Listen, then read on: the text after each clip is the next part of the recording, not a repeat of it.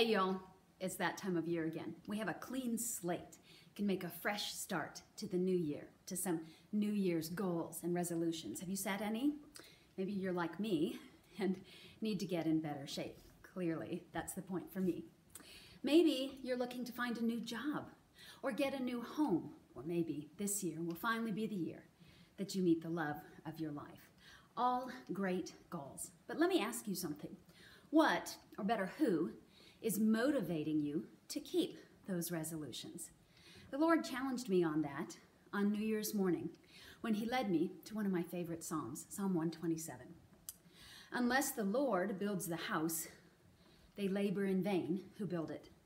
Unless the Lord guards the city, the watchman keeps awake in vain. It is vain for you to rise up early and to retire late and to eat the bread of painful labors, for he gives to his beloved even in his sleep.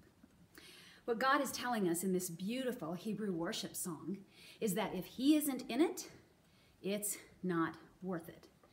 Oh, sure, you can find a new house, build a new house, buy a new house, and the world will be impressed. But if you are not intending to use that new home to bring glory and honor to his name, God isn't impressed. You can get a new job, get a promotion, make more money, and the world will say, good for you. But if you're not intending to use that opportunity and those funds to honor him, he's not honored. You can lose weight and get in shape like I am doing, but if your goal is for someone to simply say, man, you look good, it's not good enough, folks, for the Lord. He wants us to be healthy and strong and fit for his purposes in this very broken world.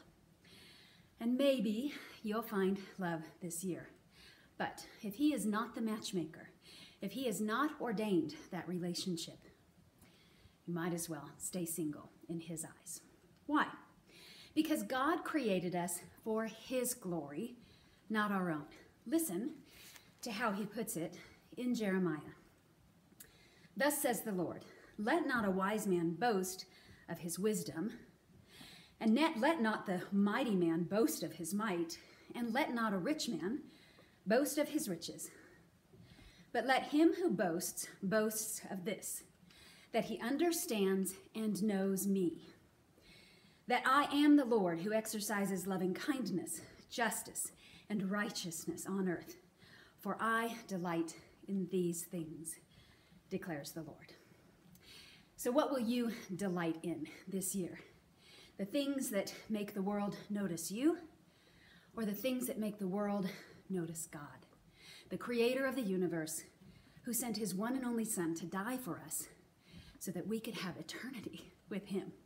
Now that, my friends, is a great motivating factor for keeping our New Year's resolutions. I would love to hear what your New Year's resolution is this year and how you plan to use it to honor and glorify the Lord. Thanks for joining us this week. I've got more work to do. We'll see you next week.